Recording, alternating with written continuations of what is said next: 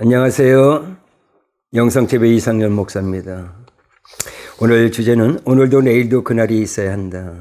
여러분이 이사야 12장의 말씀을 보면 이스라엘 백성들이 하나님과의 관계가 회복되어서 생명을 얻고 영적으로 육적으로 풍성한 축복을 누리면서 하나님께 감사의 찬양을 드리는 것을 볼 수가 있습니다.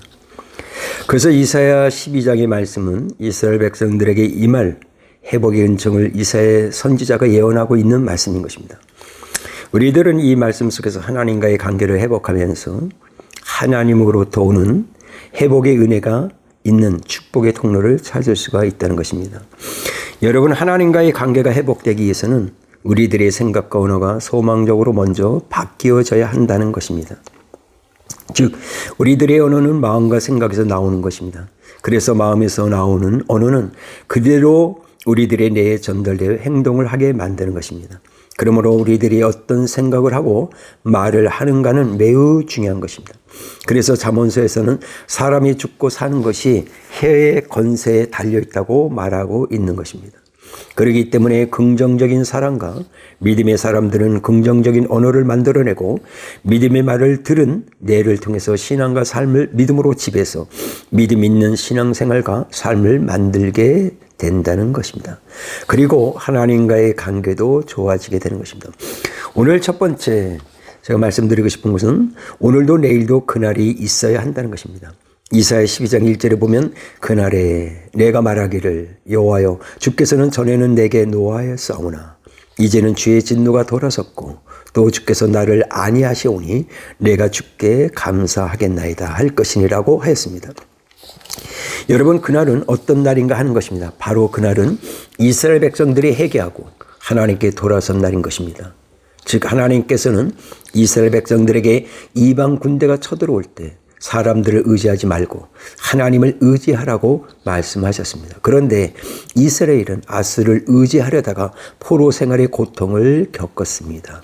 이스라엘은 자신들이 하나님의 말씀에 불순종하여 그 고통을 당한 것을 하나님께 회개하였습니다.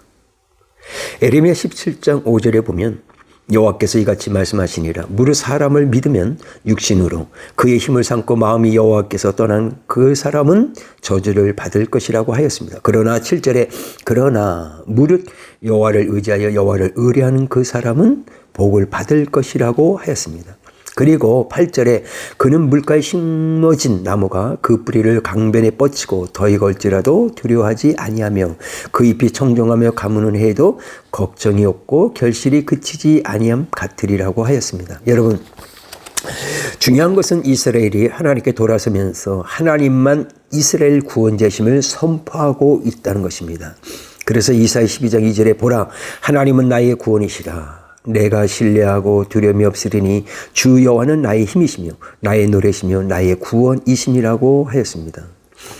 이스라엘은 보라고 하였습니다. 이것은 신앙과 삶의 모습이 바뀐 것을 공적으로 선포하고 있다는 것입니다. 즉 여호와 하나님만 우리들의 구원자, 힘이시며 생명의 주, 복의 근원이시다라는 것입니다. 그래서 우리들도 인생과 삶에 어려움이 있다 할지라도 주님만 의지하고 주님만 바라보면서 믿음으로 일어나서 담대하게 앞으로 전진해야 될 것입니다.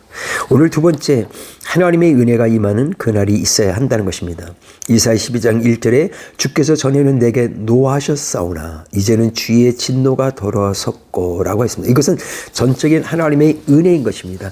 다윗은 회개기도 10편 51편 1절에서 하나님이여 주의 인자를 따라 내게 은혜를 베푸시며 주의 많은 국률을 따라 내 죄악을 지워주소라고 하였습니다. 그리고 다윗은 10편 57편 1절에서 하나님이여 내게 은혜를 베푸소서 내게 은혜를 베푸소서 내 영혼이 주께로 피하되 주의 날개 그늘 아래서 이 재앙들이 지나기까지 피하리라고 하였습니다. 여러분, 다윗은 하나님의 전적인 은혜가 없으면 영적인 고통과 육적인 고통의 문제들을 해결할 수 없음을 철저하게 깨달았습니다. 그래서 하나님이여 은혜를 베푸소서 은혜를 베푸소서 간절히 기도할 수밖에 없었던 것입니다. 그래서 우리들도 사랑과 은혜가 풍성하신 하나님께 우리들의 영육간의 고통과 아픔과 절망 가운데 있는 모든 것에 회복의 은혜를 베풀어 달라고 간절히 기도할 때 하나님의 은혜가 우리들 가운데 임하게 될 것입니다.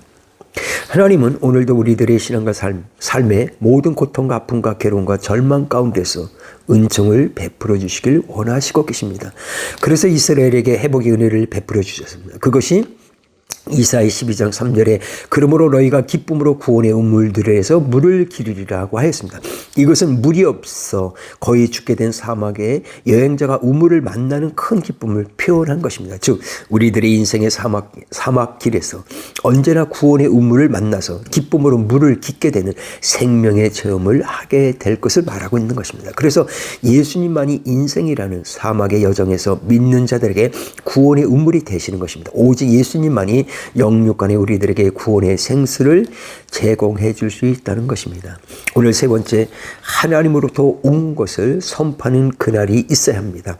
이사야 12장 4절에 보면 그날에 너희가 또 말하길 여호와께 감사하라. 그의 이름을 부르며 그의 행하심을 만궁 중에 선포하며 그의 이름이 높다 하라고 했습니다.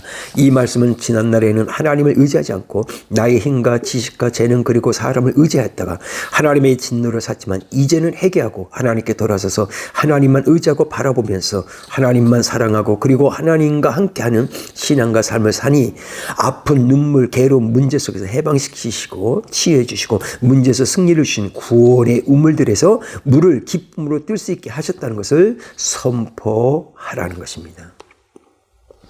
우리들이 구원받고 생명을 얻었고 하나님의 자녀가 되었고 육적인 삶에서 회복을 입었으면 하나님의 이대하신 큰 사랑에 대해서 나라와 민족과 열방에 선포하라는 것입니다. 그리하면 많은 사람들이 하나님과의 관계가 회복되어 그들도 하나님의 은총을 입은 자가 된다는 것입니다. 여러분, 구원받은 백성, 즉 하나님의 은혜를 받고 살아가는 백성들은 반드시 복음을 전해야 한다는 것입니다.